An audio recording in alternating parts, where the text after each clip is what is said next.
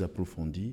Sur la question du retrait brutal du contingent gabonais de la mission multidimensionnelle intégrée des Nations Unies pour la stabilisation en Centrafrique MINUSCA, le président Faustin Archange Touadéra demande aux Nations Unies de fournir des informations supplémentaires afin que des responsabilités soient clairement établies. Du côté de la République centrafricaine, nos institutions n'ont pas eu vraiment des éléments d'appréciation ni une plainte de la part des victimes, et c'est pour cela que nous devions poursuivre les investigations, puisque c'est quand même des Centrafricains, de nos compatriotes des Centrafricaines, et nous sommes en droit d'en savoir un peu plus, d'avoir les éléments pour apprécier.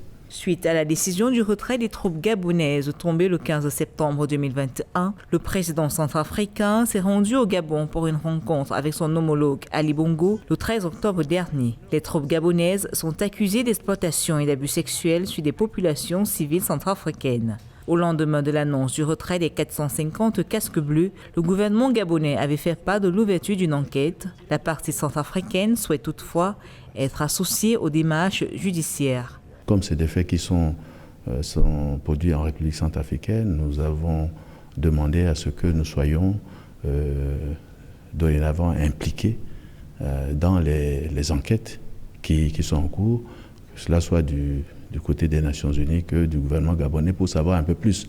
Mais nous n'en étions pas associés.